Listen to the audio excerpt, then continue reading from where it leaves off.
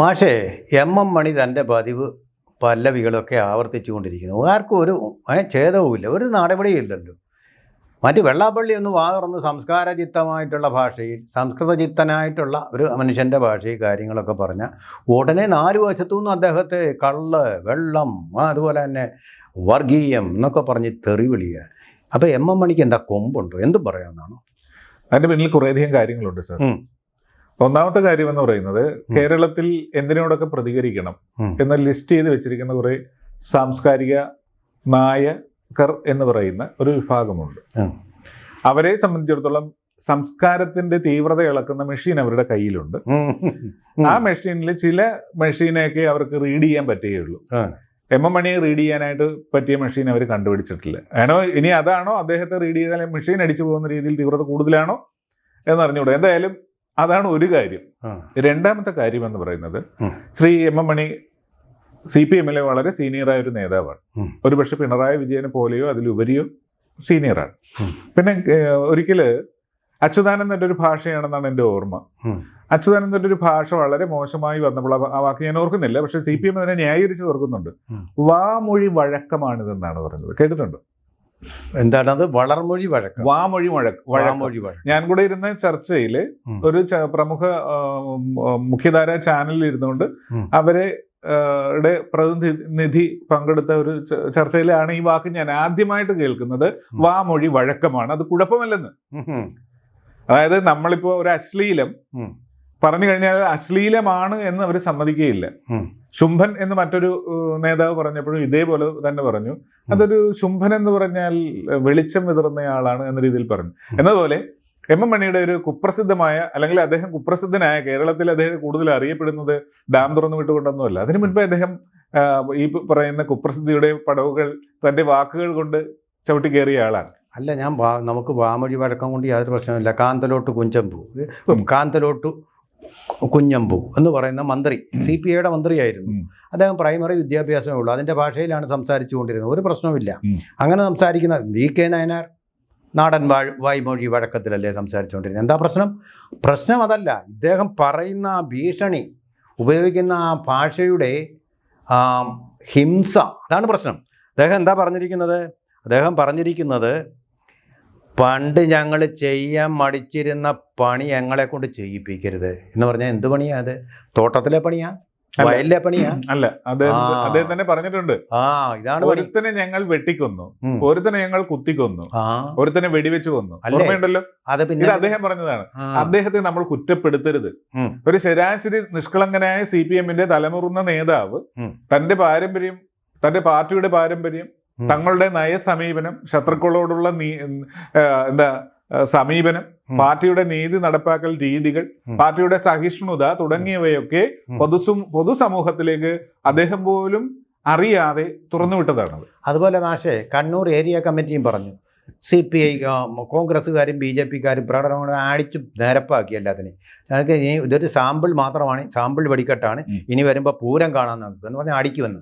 ഇതെന്തൊരു മിടുക്കായിട്ട് പറഞ്ഞു. ഇവൻ്റെ കൈ ഇങ്ങനെ ഉയരുമ്പോൾ മറ്റവൻ്റെ കൈ പുളിങ്ങാ പറിക്കാൻ പോകും. അതുപോലെ ഈ രാജേന്ദ്രനെ അടിക്കാൻ ചെന്ന് കഴിഞ്ഞാൽ രാജേന്ദ്രൻ്റെ കൂടെ ഉള്ളവരുടെ കൈ പുളിങ്ങാ പറിക്കാൻ പോകുന്നതാണോ? രാജേന്ദ്രൻ അവരൊന്നും ചെയ്യുകയില്ല. രാജേന്ദ്രൻ അവരൊന്നും ചെയ്തില്ല. ഇപ്പൊ ചോദിക്കും, അഭിമന്യുവിനെ കൊന്നവർ വല്ലതും ചെയ്തിട്ടുണ്ടോ എന്ന് ചോദിക്കും. അത് തമ്മിൽ കുറച്ച് വ്യത്യാസമുണ്ട്. അതായത് രാജേന്ദ്രനെ അവർ ചെയ്യുമായിരുന്നു. വർഷങ്ങൾക്ക് മുൻപ് കേരളത്തിൽ ഇടതുപക്ഷവും BJP-യും തമ്മിലുള്ള രാഷ്ട്രീയ പകവീട്ടലുകളുടെ ഒരു ദീർഘകാല ചരിത്രത്തിന്റെ തുടർ കഥകൾ ഇവിടെ നടക്കുന്നത്. ഒരു വലിയ നീണ്ട കഥ പോലെ അതങ്ങ് നടക്കുകയാണ്. എന്നിട്ട് സ്കോർ ബോർഡിൽ എഴുതുന്ന പോലെ നമ്മൾ കേട്ടിട്ടുണ്ടല്ലോ. ഇത് അവസാനിപ്പിക്കണമെന്ന് തോന്നി. കാരണം BJP-ക്ക് കേരളത്തിൽ ഭരണമില്ല, RSS-ന് ഭരണ പങ്കാളിത്തമില്ല. CPM-നാണെങ്കിലോ ഇടവിട്ട 5 വർഷം കൂടുമ്പോൾ ഇത് വരുന്നു എന്ന് മാത്രമല്ല, അവര് ഇന്ത്യയിലെമ്പാടും അന്ന് ഇതിനേക്കാൾ കൂടുതൽ ശക്തമായ വേരുകളുള്ള ഒരു പ്രസ്ഥാനമായിരുന്നു. അപ്പൊ കേരളത്തിൽ ഇവരിൽ നിന്ന് ശ്രീയം ഇടപെട്ടതൊക്കെ അതിന് ശേഷമാണ്. ഈ എങ്ങനെയെങ്കിലും ഇവരിൽ നിന്ന് കേരളത്തിലെ സാധാരണ BJP RSS പ്രവർത്തകരെ രക്ഷിക്കണമെങ്കിൽ അടുത്ത ഘട്ടത്തിലേക്ക് പോകണമെന്ന് തോന്നി. അങ്ങനെ BJP-യുടെ ഒരു കൊലപാതകം, BJP-കാരനെ ഒരാളെ കൊന്നപ്പോൾ ഇവിടെ തിരിച്ചടി കൊടുത്തില്ല, നേരെ കേന്ദ്ര കമ്മിറ്റി ഓഫീസിലേക്ക് ചെന്നു. അവിടെ AKG ഭവനോ എന്തോ ഉണ്ടല്ലോ ഡൽഹിയിൽ. അവിടെ ചെന്നിട്ട് ഇരച്ചു കയറി BJP-ക്കാര്. ഇരച്ചു കയറിഞ്ഞപ്പോ നേതാക്കന്മാരെല്ലാം ഓടി രക്ഷപ്പെട്ടു, ഓഫീസ് നശിപ്പിച്ചു.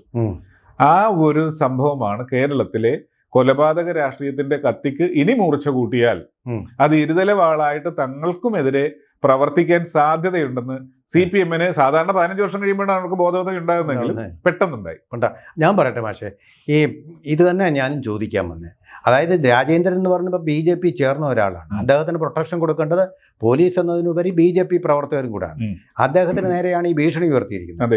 അങ്ങനെയാണെങ്കിൽ ഇപ്പൊ കേരളത്തിലെ കാര്യം പോട്ടെ, മധ്യപ്രദേശില് അല്ലെങ്കിൽ ഉത്തർപ്രദേശില് CPM-കാർ കുറച്ചുപേര്, ബംഗാളില് ഉണ്ടല്ലോ കുറച്ചുപേരെങ്കിലും, അവരെ അങ്ങ് കൈകാര്യം ചെയ്യാമെന്ന് BJP-ക്കാർ വിചാരിച്ചാൽ CPM-കാരെന്തോ ഈ MM മണി എന്ത് ചെയ്യും? MM മണിക്ക് എന്തെങ്കിലും ആവശ്യത്തിന് കേരളത്തിന് പുറത്തേക്ക് പോകേണ്ടി വരില്ലേ?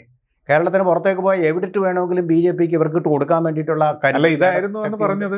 അന്ന് കേന്ദ്ര കമ്മിറ്റി ഓഫീസ് ആക്രമിച്ചപ്പോൾ മുന്നോട്ട് വെച്ച വാദ്യം ഇതാണ്: കേരളത്തിൽ BJP-ക്കാരെ പ്രവർത്തിക്കാൻ അനുവദിച്ചില്ല എങ്കിൽ ഇന്ത്യയിൽ ഒരു സ്ഥലത്തും CPM-ന് പുറത്തിറങ്ങാനാവാത്ത അവസ്ഥ ഞങ്ങൾ ഉണ്ടാക്കുമെന്ന് പറഞ്ഞു. അന്ന് മധ്യപ്രദേശിൽ നിന്ന് ഓടിപ്പോരുമായിരുന്നു നമ്മുടെ മുഖ്യമന്ത്രി. വാളണ്ടിയിടയിലൂടെ നടന്നയാള് അവിടെ യുവമോർച്ചക്കാരെല്ലാം കൂടെ അങ്ങ് വളഞ്ഞു. അതിന്റെ ഇടയ്ക്ക് രക്ഷപ്പെടും. കാര്യം ഓർത്തു നോക്കൂ.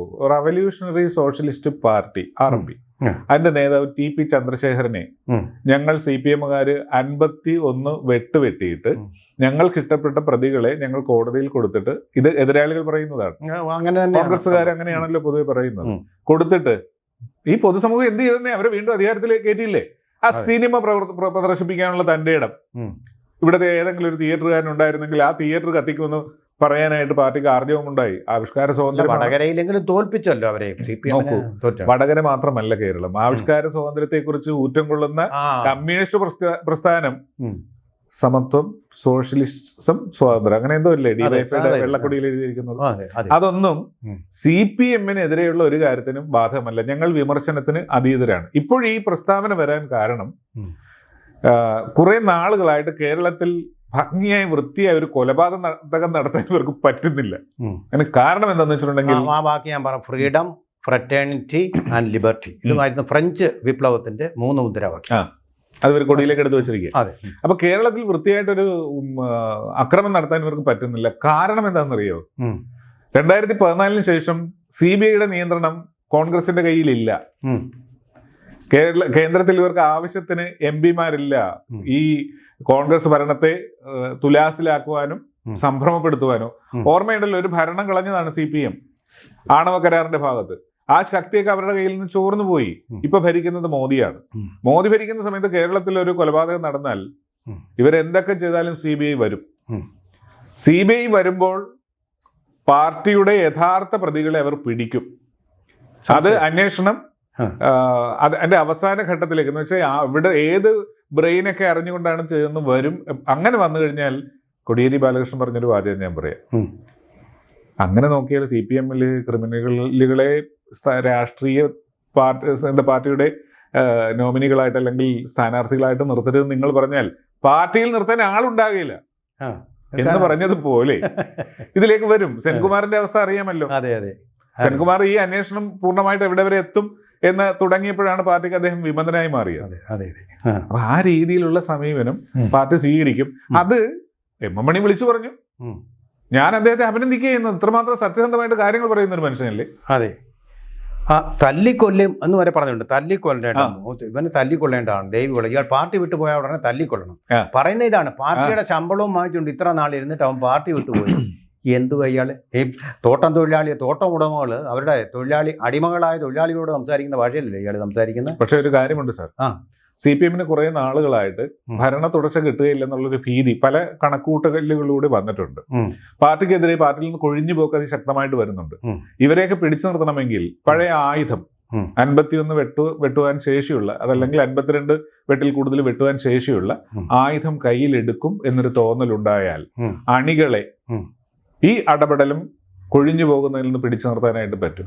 അതിന് ഏതറ്റം വരെയും പോകേണ്ടത് ബംഗാളിലും ത്രിപുരയിലും ഈ പാർട്ടി ചെയ്ത അതേ സമീപനം കേരളത്തിലും ആവർത്തിക്കേണ്ടത് പാർട്ടിയുടെ രാഷ്ട്രീയ നിലനിൽപ്പിന് ആവശ്യമാണ്. ബുദ്ധിജീവികളുടെ പാർട്ടി സുനിൽ ഇളയിടം എന്നൊക്കെ പറഞ്ഞ ആൾക്കാരുടെ പാർട്ടിയിലെ ഒരാളാണ് ഇങ്ങനെ ഈ മാതിരി സംസാരിച്ചു കൊണ്ടിരിക്കുന്നത്. പാർട്ടി സാഹിത്യവും മറ്റ് സ്റ്റഡി ക്ലാസ്സുകളും ഒക്കെ നടത്തിയ ആൾ ഈ രീതിയിൽ ഇങ്ങനെ സംസാരിക്കുമ്പോൾ അതിനെ നിലയ്ക്ക് നിർത്താനേ ഈ പാർട്ടിയുടെ നേതൃത്വത്തിൽ ഒരാൾ പോലും ശ്രമിച്ചാൽ അദ്ദേഹം കൂടുതൽ കാര്യങ്ങൾ വിളിച്ചു പറയും.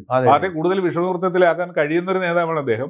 അതുകൊണ്ട് അത്തരം സാഹസങ്ങൾക്കൊന്നും CPM നടത്തിയ അവരുടെ നിഗൂഢമായ എല്ലാ പദ്ധതികളിലും ഇത്രയും സീനിയറായ അദ്ദേഹത്തിന് ഒരു പങ്കുമില്ലെന്നാണ്.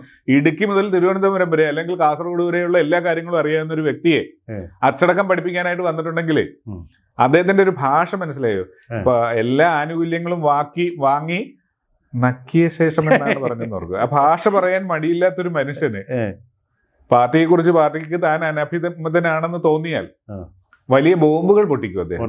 അത് കേരളത്തിലെ പാർട്ടിയുടെ സമ്പൂർണ്ണ തകർച്ചയുടെ തുടക്കമാകാം. സന്ദേശം സിനിമയിലാണെന്ന് തോന്നുന്നു ഇന്നസെന്റ് പറഞ്ഞ ഒരു ഡയലോഗ്, നമ്മുടെ പാർട്ടിയിലെങ്ങും അക്ഷരം അറിയാവുന്ന ആരും ഇല്ലേടാ എന്ന് ചോദിച്ചതുപോലെ ഒന്ന് പറഞ്ഞു കൊടുക്കാനെങ്കിലും ആരും ഇല്ലേ? ഇത് ഇങ്ങനെ പറയാൻ പാടില്ല. ഈ കാലഘട്ടത്തിൽ ഇങ്ങനെ പറയാൻ പാടില്ല. കുറച്ച് ഭാഷകൾ സൊഫിസ്റ്റിക്കേറ്റഡ് ആയിട്ട് ഉപയോഗിക്കണമെന്ന് പറഞ്ഞു കൊടുക്കാൻ ഒരുപാട് ബുദ്ധിജീവികളുള്ള പാർട്ടിയാണ്. നല്ല ചിന്താഗതികളുള്ള ആരെങ്കിലും ഉണ്ടെങ്കിൽ അദ്ദേഹത്തെ തിരുത്തുക. കാരണം കമ്മ്യൂണിസ്റ്റ് പ്രസ്ഥാനം കേരളത്തിൽ ആവശ്യമല്ലേ? എല്ലാ രാഷ്ട്രീയ പാർട്ടിക്കും പറഞ്ഞു ചോദിക്കാമെന്നല്ലാതെ രാജേന്ദ്രനെ കൈകൊണ്ട് തൊട്ട് കഴിഞ്ഞാൽ BJP വിവരം അറിയിക്കും CPM-നെ. അതിനുള്ള സംവിധാനം BJP ഇപ്പോൾ ഉണ്ട്, പണ്ടില്ലായിരുന്നു. തലകൾ പലതും പോയി. അല്ല, അന്നും അവര് സംവിധാനം ഇല്ലാത്ത കാലത്ത് അവര് സ്ട്രോങ് ആയിരുന്നു. ഇപ്പോഴും അതെ. കൂടുതൽ വാർത്തകളും വിശേഷങ്ങളും നിങ്ങളിലേക്ക് എത്താൻ ABC മലയാളം സബ്സ്ക്രൈബ് ചെയ്യുക, ബെൽബട്ടനും അമർത്തുക.